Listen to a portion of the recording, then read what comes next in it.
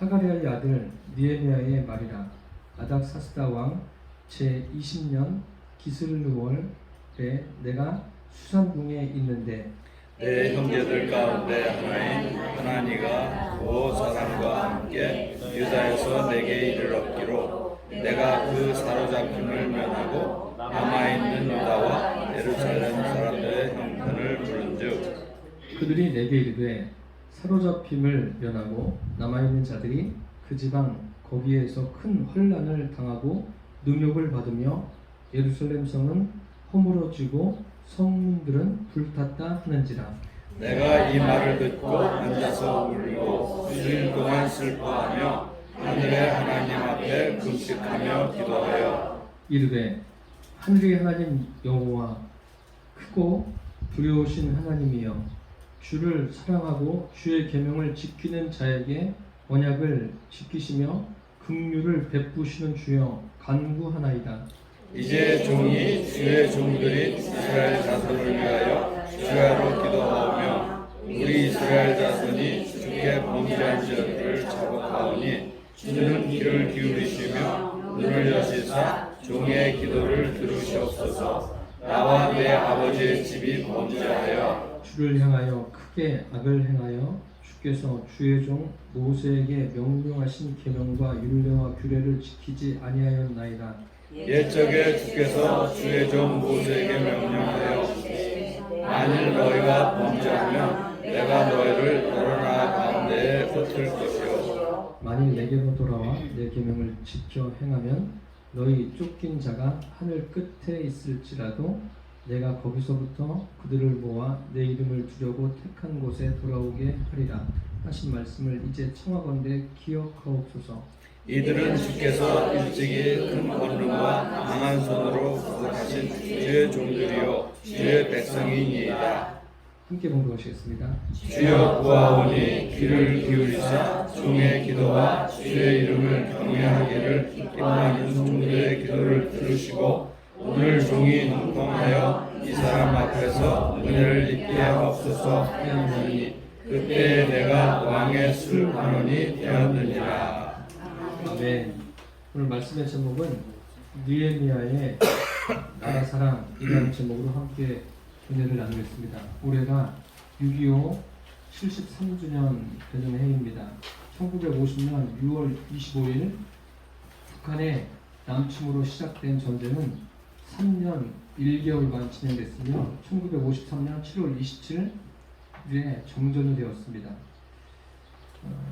대한민국이 나라를 잃을 뻔한 여러 가지 어려운 상황에서도 나라를 잃지 않고 현재 잃게 된 것은 과거와 현재와 미래에 역사하시고 인도하시는 하나님의 은혜인 줄 믿습니다. 아울러서 하나님의 은혜를 바탕으로 순국 선열들의 희생이 있었기 때문에 현재 우리가 지금 이곳에서도 이렇게 편하게 예배를 드리고 있는 줄 믿습니다. 각자가 나라를 사랑하는 마음이 있을 겁니다. 나라를 사랑하는 마음 하면 우리가 성경에서 느헤미야를 생각해 볼 수 있습니다. 느헤미야가 나라를 얼마나 사랑했는지 오늘 그의 나라 사랑을 통해서 우리 각자가 가지고 있는 나라 사랑에 대한 그 마음이 어떠한가 확인해 보시고 새롭게 정립하는 시간이 되었으면 합니다. 첫째로 하늘의 하나님 앞에 금식하며 기도했습니다. 느헤미야는 페르시아에서 아닥사스다 왕의 술 맡은 관원장이었습니다. 그러니까 술 맡은 관원장이라는 것은 굉장히 지위가 높은 사람입니다. 왕의 필요한 그 포도주를 공급해주는, 포도주만 공급해주는 것이 아니라 왕의 음식까지도 책임집니다. 그리고 음식과 포도주는 물론이고 왕의 주변을 살피는 경호일까지 맡은 사람입니다. 그러니까 술 맡은 관원장을 아무나 세우지 않습니다. 왕이 신임하고 믿을 만한 사람. 왜냐하면 거기에 뭐 독약을 타가지고 왕을 독살할 수도 있지 않습니까? 그 당시에 왕정 정치가 그런 거 아닙니까? 대한민국도 보면은 대한민국 이전에 조선 시대가 있지 않았습니까? 조선시대 때도 그 왕의 자리를 놓고 형제들끼리도 죽이고 또 가족까지 몰살하는 그런 일들이 얼마나 많았습니까? 그러니까 왕 측근은 정말 믿을 만한 사람. 그러니까 이 느헤미야는 왕에게 있어서 굉장히 믿을 만한 사람입니다. 페르시아는 이방 나라예요. 그 예루살렘에서 아주 굉장히 먼 곳입니다. 먼 곳에서 살고 있는 사람입니다. 근데 이 느헤미야가 어느 날 예루살렘에서 온 자기 형제 하나니와 하나님과 함께 온 사람들과 대화를 하는데 무엇을 묻냐면 그 이스라엘의 형편, 예루살렘의 형편이 어떠한가 묻습니다. 이 형편을 묻는다는 것은 그만큼 그 나라에 대한 관심이 있다는 거예요. 관심을 가지고 물으니까 하나님가 참 절망적인 말을 합니다. 절망적인 말이라는 것은 예루살렘 사람들이 지금 굉장히 환난 중에 있다. 핍박을 받고 애매하게 고난을 당하고 큰 어려움 가운데 있다고 말합니다. 그리고 그 어려움이 얼마나 크냐면 환난과 능욕을 당하는 어려움, 굉장히 고통스러운 가운데 있는 겁니다. 그것뿐만 아니라 예루살렘 성은 파괴되어 간다. 그러니까 결국 느헤미야가 지금 페르시아에 있을 때 이스라엘 백성은 해방됐어요. 해방돼서 돌아갔습니다. 돌아가서 예루살렘에서 잘 살고 있을 줄 알았는데 얘기를 들어보니까 지금 굉장히 큰 어려움 가운데 처해 있는 거예요. 이런 어려운 소식을 듣고 느헤미야의 반응이 어땠습니까? 오늘 말씀에 기록된 대로 그 소식을 듣고 나서 앉아서 울고 수일 동안 슬퍼했습니다. 나라를 사랑하는 마음이 굉장히 강렬한 거예요. 이 사람이 어느 정도냐면 하나님 앞에 금식하며 기도합니다. 이런 상황을 보고 하나님 앞에 금식하며 기도하는데 무엇을 기도했겠습니까? 결국 나라를 위해서 기도했겠죠. 지금 그 상황을 예레미야가 혼자서 어떻게 해결할 수 있는 상황이 아닙니다. 무엇이 어떤 조치가 있지 않으면은 예루살렘이 회복되기 어려운 상황입니다. 이런 상황에서 예레미야는 하나님 앞에 금식하며 기도합니다. 고국의 형편을 듣고 하나님 앞에서 그가 간구합니다. 오늘 말씀에 5절에 보니까 이르되 하늘의 하나님 여호와 크고 두려우신 하나님이여 라고 말합니다. 하늘의 하나님 앞에 그가 기도하고 있습니다. 하나님 앞에 자기가 있다. 그렇게 의식하면서 기도하는데 저와 여러분은 인생을 살아가시면서 과연 얼마나 하나님을 의식하면서 살고 계십니까? 성경에 보면 많은 믿음의 사람들에 대해서 이야기하고 있는데 그 믿음의 사람들이 한결같이 하나님을 의식하면서 살았습니다. 하나님 앞에서. 다윗 같은 경우에는 시편에 이렇게 기록했어요. 내가 항상 내 앞에 여호와를 모시며. 항상이에요. 항상. 물론 다윗도 인생에 큰 실수를 할 때도 있었지만 어쨌든 사람이기 때문에 실수할 수 있습니다. 그런데도 항상 자기 앞에 하나님을 모시고 하나님을 의식하면서 살았습니다. 항상입니다. 이것은 뭐 가끔 하나님을 의식하는 것이 아니라 항상입니다. 항상. 그리고 신약에 보면은 믿음의 사람들이 역시 하나님을 의식하고 항상 하나님 앞에 있다는 것을 의식하면서 살았습니다. 그렇게 할 수 있었던 것, 그것이 가능한 것은 성령이 그들에게 임하셨기 때문입니다. 베드로 같은 경우에는 성령이 임하신 후에 복음을 전합니다.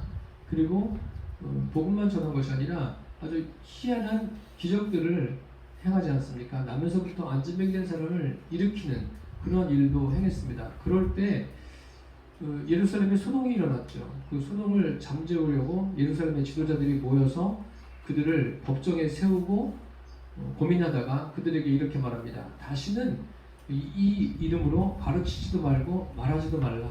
협박합니다. 굉장히 무서운 협박이에요. 잘못하면 베드로를 처형할 수 있는 그런 정도의 협박입니다. 이러한 협박을 듣고서 베드로가 어떻게 반응하냐면 하나님 앞에서 너희 말 듣는 것이 옳은가? 하나님 말씀 듣는 것이 옳은가? 판단해라. 자신 있게 이야기합니다. 결국 베드로가 하나님을 의식하는, 내가 지금 하나님 앞에 있다 그렇게 생각하는 거예요. 지금 우리가 이렇게 모여서 예배드리지만 우리 앞에 누가 있습니까? 지금 제가 있는 게 아니라 여러분 앞에 지금 이곳에 성령님이 임하여 계십니다.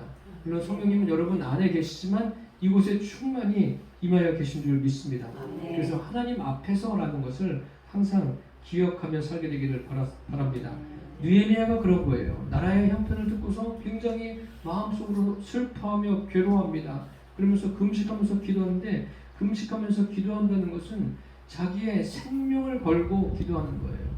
나라를 위해서 말입니다. 나라를 위해서 자기의 생명을 걸고 하나님을 의식하면서 기도하는 거예요. 또 느헤미야만 그런 것이 아니라 한 사람 더 소개하면 와우 에서라는 사람이 있습니다. 이 사람도 유다가 굉장히 절체절명의 위기에 놓였을 때 그가 생명을 걸고 하나님 앞에 기도합니다. 죽으면 죽으리라는 각오를 가지고 왕이 부르지도 않았는데 왕 앞에 나가는, 그래서 마침내 유다를 그 어려운 상황에서 구원하는 일을 감당했습니다. 그렇게 할 수 있었던 것은 다른 것이 아니라 하나님을 의식하는 그러한 믿음이 있었기 때문에 가능합니다. 지금 이 느헤미야도 하나님을 의식하면서 어려운 상황에 처한 나라를 위해서 금식하며 기도합니다. 6.25 때도, 6.25가 발발하고 또 그 6.25 전쟁이 한참일 때도 주님을 섬기는 무명의 그리스도인들이 얼마나 많이 기도했겠습니까? 기도만이 살 길입니다. 그래서 그 스코틀랜드의 종교개혁자 존 낙스는 이런 말을 했습니다. 기도하는 한 사람이 기도하지 않는 한 민족보다 낫다. 그렇습니다. 여러분들은 기도하지 않는 한 민족보다 나은 거예요. 지금 대한민국이 이렇게 존재하고 이런 전쟁만큼 어려운 상황에서도 흔들리지 않고 나아갈 수 있는 것은 다른 것이 아니라 기도하는 사람들이 있기 때문에 그렇습니다. 그래서 저와 여러분은 기도해야 된다는 하나님 앞에 우리의 삶을 아뢰고 하나님 앞에 이 모든 형편을 말씀드리고 하나님께서 이 나라를 어떻게 이끌어 가실까 그러한 기대 가운데 살게 되기를 바랍니다. 지금도 어렵습니다. 어렵지만 낙심하지 마십시오. 하나님께서 이 나라를 어떻게 이끌어 가실까 하는 것에 대한 기대를 갖고 살게 되기를 바랍니다. 예레미야가 금식했다는 것은 음식을 먹지 않은 것 아닙니까? 이것은 다른 것이 아니라 죽음을 각오한 기도입니다. 그러면서 하나님 앞에 주님을 높이는 거예요. 하나님 앞에서 하나님을 높인다는 말입니다. 우리 인생에서 하나님을 높여보십시오. 높이신다는 것은 하나님을 존중한다는 거예요. 하나님을 존중해 보십시오. 그러면은 만왕의 왕이시고 온 우주 만물의 주인이신 하나님께서 우리를 존중해 주십니다. 사람 사이에서도 서로가 서로에게 존중하는 것 얼마나 귀합니까? 그것도 사람들에게 힘이 되고 위로가 되고 참 삶에 살만나게 하는데, 만물의 주인이신 하나님께서 우리를 존중한다는 것은 얼마나 큰 위로와 소망이 되겠습니까? 대한민국이 지금 현재 이르게 된 것이 하나님의 은혜임을 기억하시고 하나님 앞에 이 나라를 위해서 기도하는 것을 쉬지 않게 되기를 바랍니다. 우리는 대한민국의 경제적인 회복, 정치적인 그런 정화, 사회적인 안정을 위해서도 기도하는 것도 필요하지만 무엇보다 온 국민이 이 나라의 통치자가 하나님이심을 깨닫게 달라고 구하게 되기를 축복합니다. 둘째로 하나님의 하나님됨을 인정하며 기도했습니다. 5절에 보니까 하늘의 하나님 여호와 크고 두려우신 하나님이여 주를 사랑하고 주의 계명을 지키는 자에게 언약을 지키시며 긍휼을 베푸시는 주여 간구하나이다. 느헤미야는 하나님이 어떤 분이신가 정확하게 알았습니다. 하늘의 하나님 여호와 크고 두려우신 하나님이여, 하늘의 하나님이라고 말했습니다. 느헤미야가 하나님은 성삼위일체 하나님이다 라는 이런 명확한 지식이 있었는지 없었는지는 모르겠지만 우리 현재 이 신약 시대를 살고 있는 우리들은 하나님은 성삼위일체 하나님이십니다 라는 것을 분명하게 알고 있습니다. 성부 하나님은 하늘에 계십니다. 하늘에 계셔서 이 땅에 내려오시진 않았어요. 성부 하나님이 독생자 예수님을 이 땅에 보내주셨습니다. 그래서 예수님은 하나님 말씀대로 성경대로 십자가에서 죽으시고 또 무덤에 장사된 지 3일 만에 부활하셨습니다. 부활하셨고 또 제자들과 함께 계시다가 제자들이 보는 앞에서 하늘로 올라가셨습니다.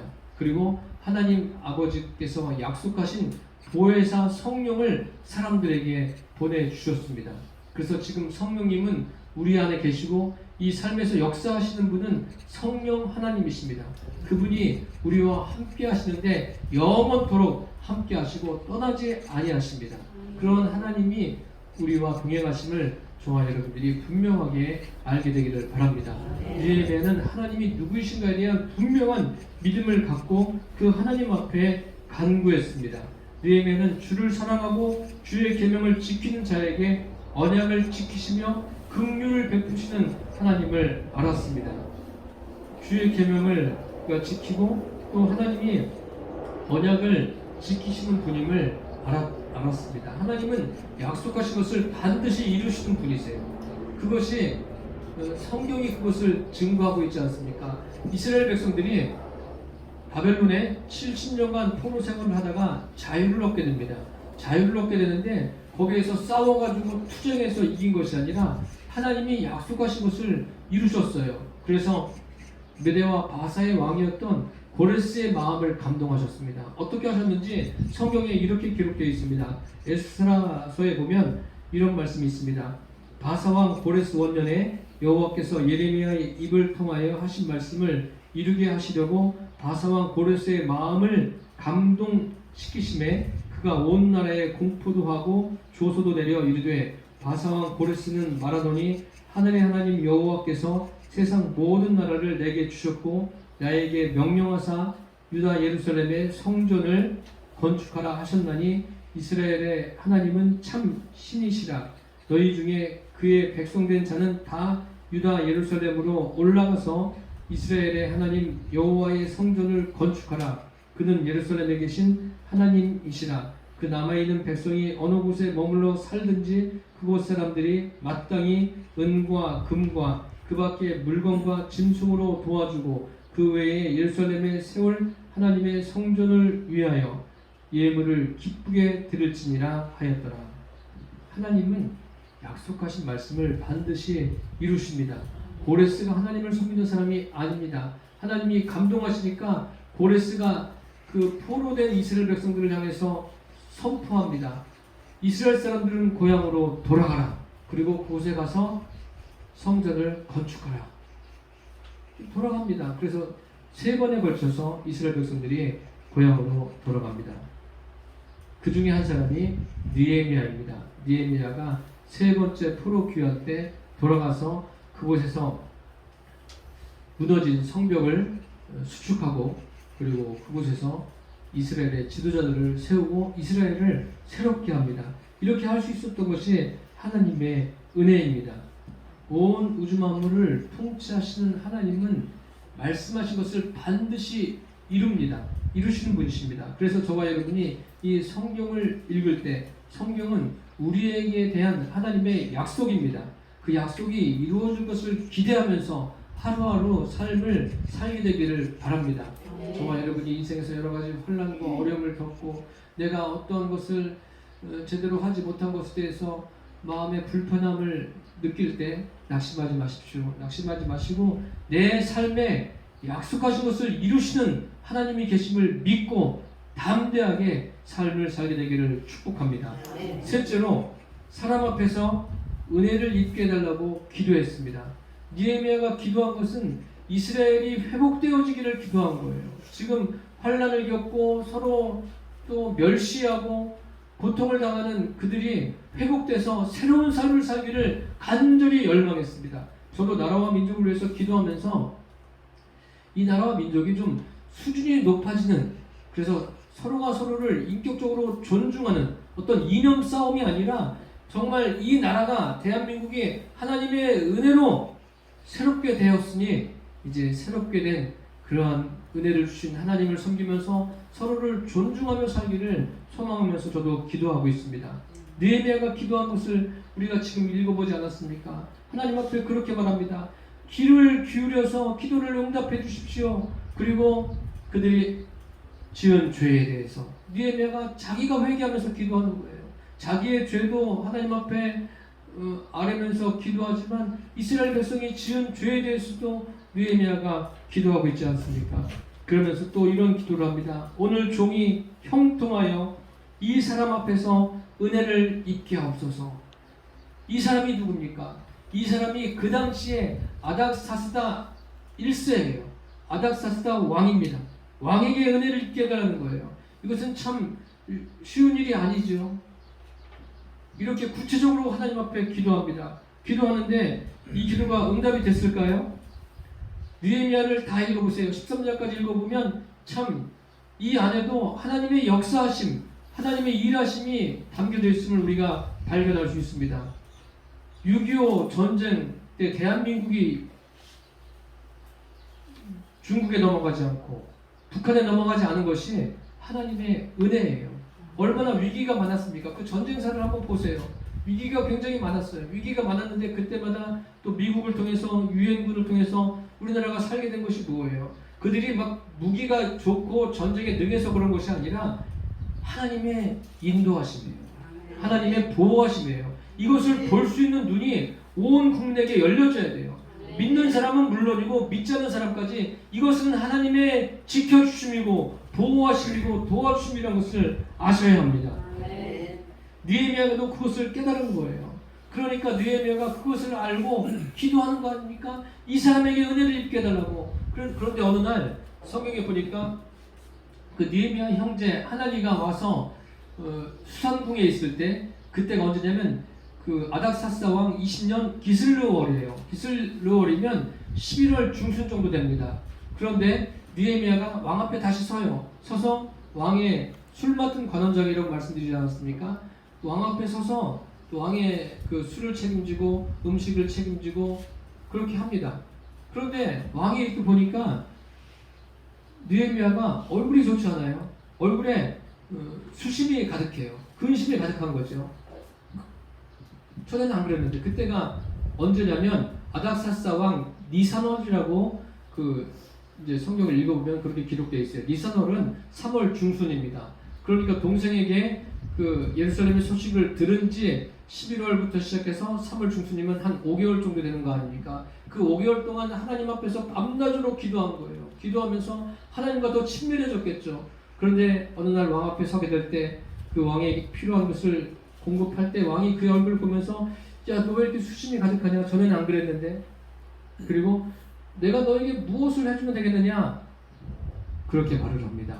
그때 느헤미야가 이렇게 말하죠.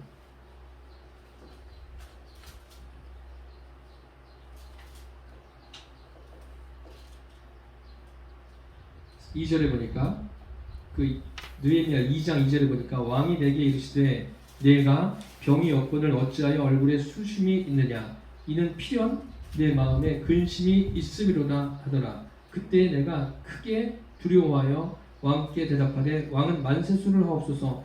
내 조상의 묘실이 있는 성읍이 이제까지 황폐하고 성문이 불탔사오니 내가 어찌 얼굴에 수심이 없사오리까. 왕이 내가 무엇을 해주길 원하느냐. 그러니까 느헤미야가 뭐라고 말합니까? 왕이 만일 좋게 여기시고 종이 왕의 목전에 은혜를 입었사오면 나를 유다 땅으로 보내어 그 성을 건축하게 하옵소서. 유다로 보내달라는 거예요.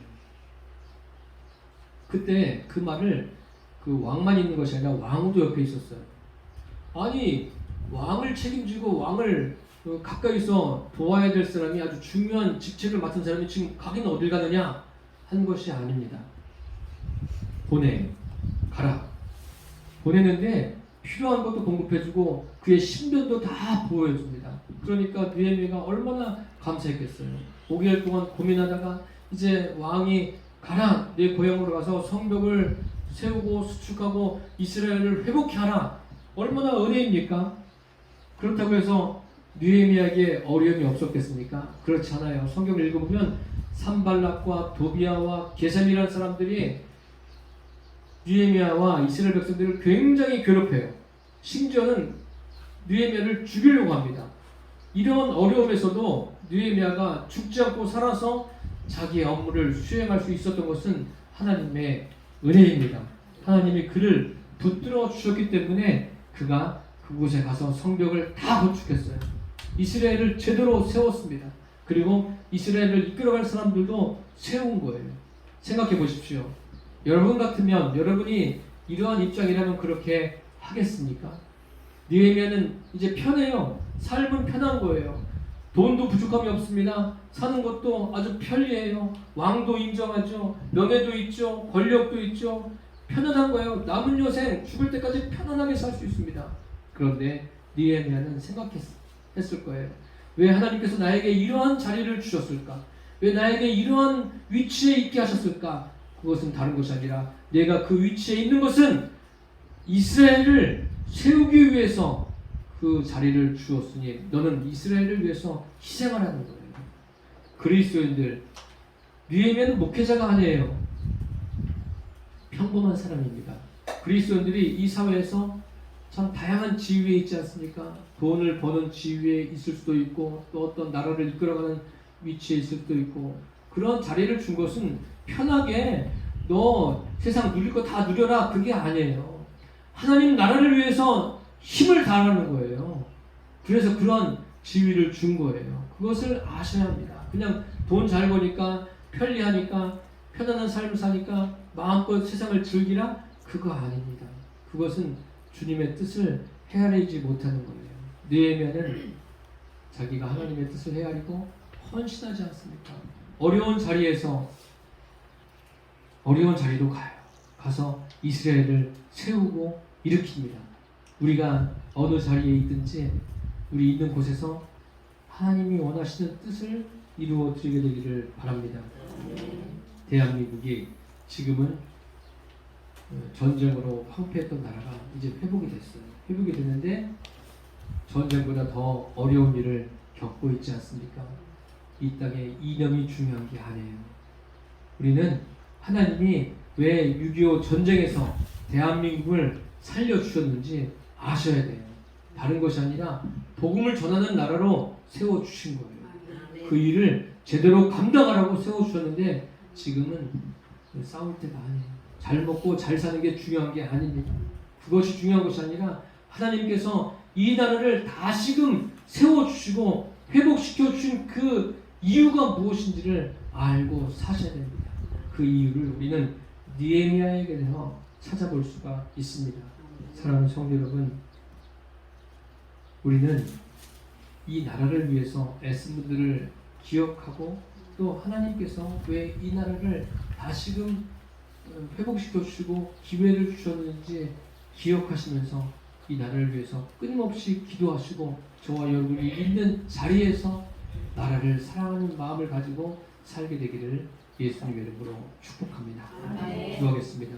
살아계신 주님, 느헤미야에게 나라를 사랑하시는 마음을 주신 주님, 우리에게도 현재 대한민국을 사랑하는 마음을 주시고 각자가 대한민국을 위해서 할 수 있는 일이 무엇인가를 헤아리면서 그 일을 잘 감당해 나가는, 그래서 많은 영혼을 주님께로 이끌 뿐만 아니라 나라를 세우는 일에 더 힘쓸 수 있는 우리 모두가 될 수 있도록 은혜를 더하여 주옵소서.